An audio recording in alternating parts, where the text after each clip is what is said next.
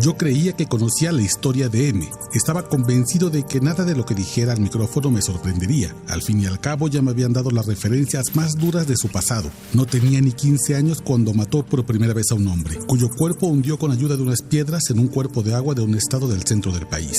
Lo hizo como parte de su entrenamiento como sicario. El jefe del grupo criminal ya lo había calentado, obligándolo a matar conejos, y luego lo orilló a matar seres humanos a balazos. Una vez atravesada esa frontera en su alma, M estaría listo para una nueva forma de horror: matar removiendo los intestinos de su siguiente víctima. Nación Criminal con Óscar Valderas. Eso yo lo sabía bien porque su historia me la había contado X, su mejor amigo, quien me lo presentó cuando buscaba junto con la periodista Daniela Rea a adolescentes enrolados en el crimen organizado para que participaran en un documental que terminaría llamándose Una jauría llamada Ernesto, dirigido por el cineasta Everardo González. Yo también sabía que M contrastaba con su apariencia. Es bajito, robusto, de rasgos aniñados y una voz aguda que hace aún más desconcertante su discurso de violencia. Cuando ríe, escuchas a alguien de 10 años.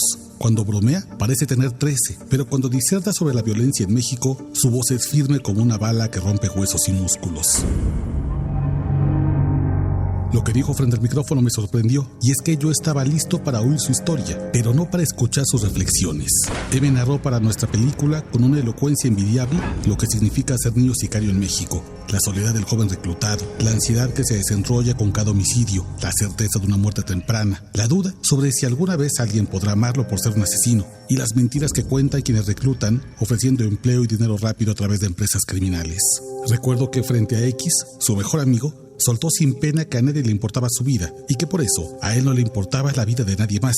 Si tenía que matar a X, su carnal, con el que había desayunado antes de nuestra cita, lo haría sin pensarlo. ¿De qué sirve la compasión en un mundo que te escupe en la cara? Entre 2019 y 2022, Everardo, Daniela, Arturo y yo escuchamos a decenas de niños y adolescentes sicarios como él. Fue un ejercicio de escucha sin juzgar y de entender sin condenar. Queríamos que el documental que preparábamos echara luz a dos temas que suelen evadirse en la mesa a partir de juicios fáciles, como los malos contra los buenos o ellos contra nosotros. La niñez que mata y los adultos que trafican armas hasta ponerla en sus manos. No queríamos los detalles hiperviolentos que se recrean en las narcoseries, ni la pornografía de la violencia de los blogs. Queríamos la reflexión de los protagonistas de esta época de violencia mientras rozamos los 18 años de mal llamada guerra contra el narco. Nos sentamos con el H, el Kong, M y con vendedores de armas como el Seller y una ladrona de combustibles de cabellos rojos y rebeldes que les rentaba pistolas a morros de secundaria a cambio de joyas bañadas en oro que ella podía empeñar. Cada uno tenía una historia particular, pero atravesada por un dolor común, la urgencia de pertenecer a algo. Hablamos con tíos que reconocieron haber metido a sus sobrinos como limpiadores de armas y expolicías que enganchan niños porque es más fácil enseñarles que la vida vale un puñado de monedas. Pero también con jóvenes que reconocen que ni el hambre ni una beca a Benito Juárez les mueve tanto a pertenecer a una pandilla o un cártel como el deseo de unos tenis Jordan, una moto itálica o un iPhone nuevo, la santísima trinidad del capitalismo voraz. En sus reflexiones están las verdaderas causas de la violencia, más allá de los discursos partidistas. En sus historias hay claves para moldear políticas públicas. Una en particular me asombra por su obviedad y la manera en la que hemos ignorado. Urge una reforma educativa que enseñe a los maestros a encontrar el brillo de cualquier estudiante de primaria y secundaria y convencer a ese niño o niña que son inteligentes y valiosos, antes de que crezcan creyéndose tontos y solo aptos para ejercer violencia. Yo creía que conocía la historia de M y de otros niños como él, y resulta que no. Conocía los detalles, pero no los había escuchado reflexionar. Después de ser guionista en una jauría llamada Ernesto, espero que todos podamos reflexionar juntos por qué México terminó siendo un país que le teme a sus hijos.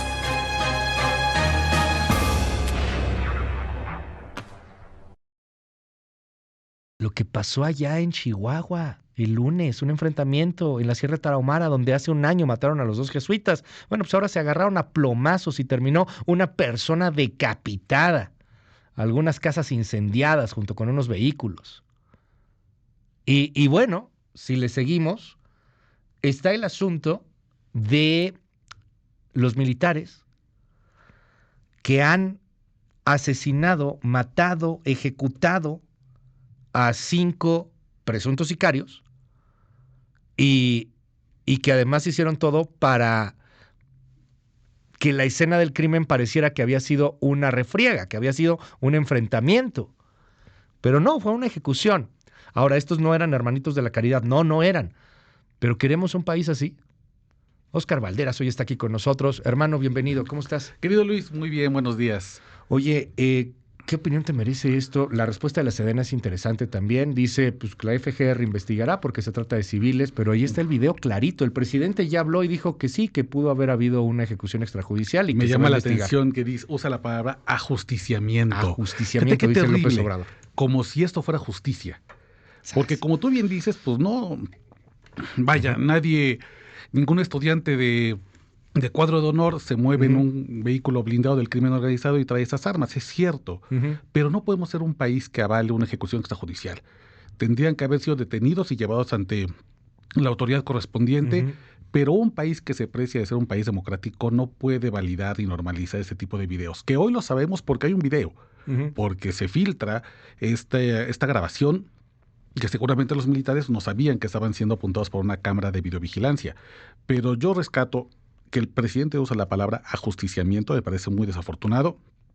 Segundo, el comunicado de la Sedena que dice, vamos a deslindar responsabilidades, no vamos a encontrar culpables, no vamos a hacer justicia, vamos a deslindar responsabilidades, que te habla ya de una protección a altos mandos. Claro. Y tercero, que el presidente dice hoy que esto no es un hecho continuo, que se repite, ¿no? Sí. Esto es un hecho aislado. Que es un hecho aislado, otro pero, más. Querido Luis, lo que estamos viendo en el video es un modus operandi, es una coreografía perfectamente bien estudiada y ejecutada para hacer pasar una ejecución como un enfrentamiento. Parece en realidad un hecho continuo, no un hecho no aislado. Oye, ahora, hay mucha gente, y tú conoces a mucha gente así, que es víctima del crimen organizado.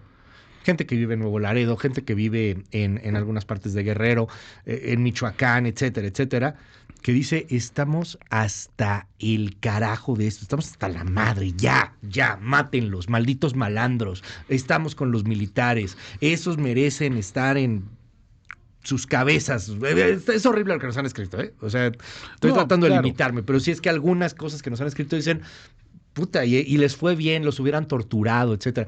Hay gente que está muy enojada y que quiere justicia a como dé lugar. Es justicia o venganza, ¿no? Es venganza, Luis, y yo creo que, aunque entiendo de dónde viene este sentimiento de enojo, porque es un sentimiento que ha ido creciendo a lo largo de décadas de impunidad, validar esto es validar que en cualquier momento nos pase a nosotros.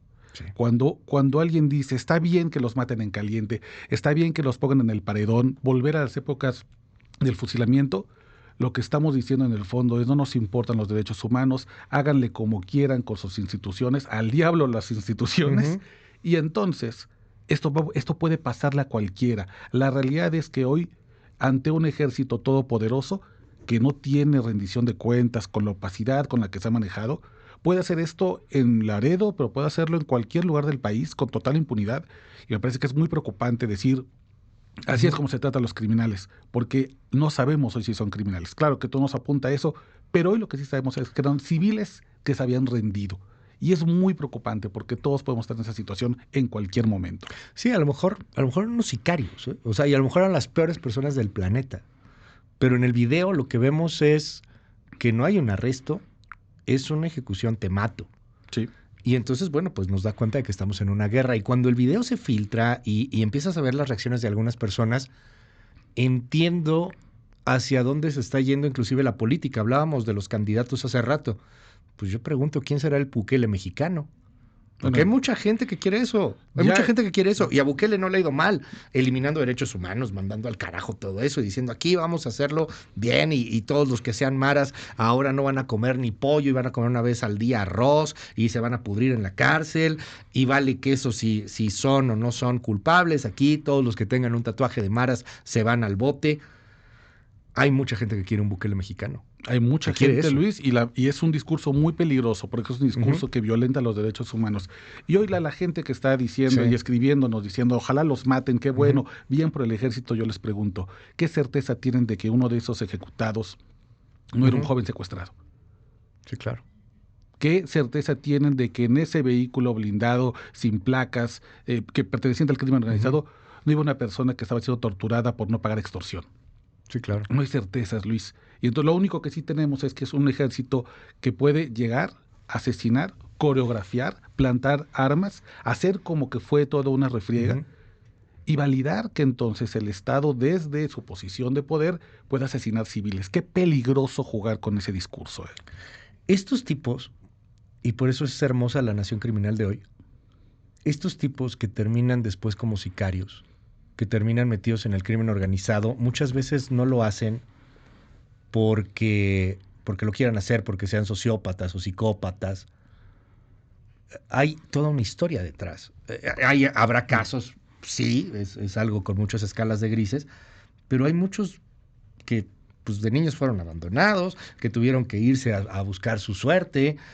Es toda una historia muy compleja y hoy presentas en Guadalajara, lo cual nos da un friego de orgullo. Muchas gracias, Neta, hermano. qué padre. Sí, hoy presentas una película, Óscar. Sí, tuve el Sobre honor de niños ser sicarios. guionista de una película Sí, que qué hoy se felicidades, estrena. Estamos muy contentos. Hoy se estrena en México Una jauría llamada Ernesto. Ujú. Y es una mirada a tratar de reflexionar con adolescentes sicarios por qué hacen lo que hacen y de dónde vienen. Como un día son los chicos que están jugando en una cancha de fútbol, están jugando en la cancha de básquetbol de la colonia y después son sicarios. Hablamos con más de 30 adolescentes Ok. de Nuevo León, de la Ciudad de México, de Jalisco, hablamos con pasadores de armas del cártel Jalisco Nueva Generación, todo lo grabamos en un documental que nos tomó casi 4 años, 5 años terminar, imagínate. Se nos atravesó la pandemia y varias cosas. Sí. Hoy, afortunadamente, estrenamos el documental a las 6 de la tarde en la sala Guillermo del Toro en Guadalajara. De hecho, ahorita ya me ¿Ya voy vas para corriendo para allá. Sí.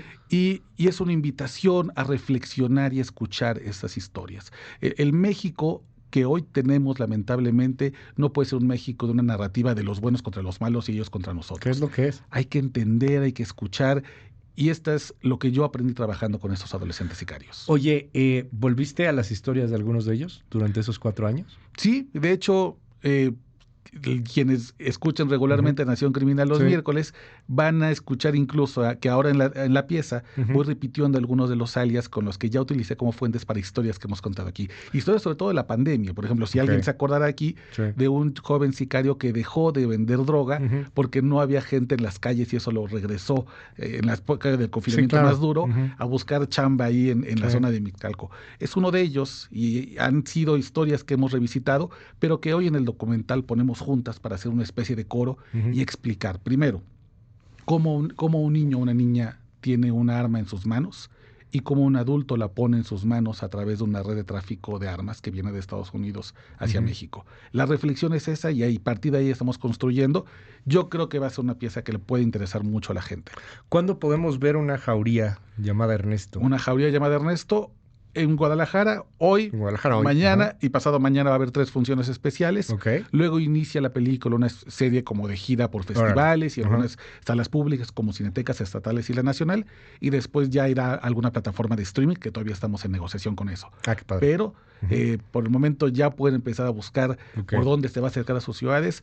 Adelanto, es una película fuerte, no es complaciente, es una mirada dura al mundo del sicariato infantil. Somos un país que hoy le teme a sus hijos, esa es la realidad de México, pero si no empezamos a discutir estos temas, la verdad es que nos van a llegar los 18 años de la guerra contra el narco, pensando en el video que vimos en Tamaulipas, desde que ocurrió esa judicial, que sigue siendo una pelea de buenos contra malos, de ellos contra nosotros. Y la verdad es que es más complejo que eso. En realidad, ellos son nosotros, y nosotros somos ellos. Óscar Balderas, Nación Criminal, el día de hoy. Gracias, Óscar, y te seguimos en tus redes sociales. En Twitter, @OscarBalmen, ahí estamos. Seguimos la conversación. Te mandan muchas felicitaciones aquí en el WhatsApp. Muchísimas felicidades. Gracias. Dile a Óscar que qué bien, que qué chido. Bueno, te mandan muchas felicidades. Otros no tanto, otros no, pero hay muchos que sí. Está bien. Muchos que sí. Ya luego haremos algo acá para ver si regalamos unos pases, a ver que la gente puede ir a verlo cuando ya esté más en Cinetecas. Algo haremos, pero... Algo haremos, algo haremos. Y muchas felicidades, Óscar. Gracias, hermano. Nación Criminal con Óscar Balderas.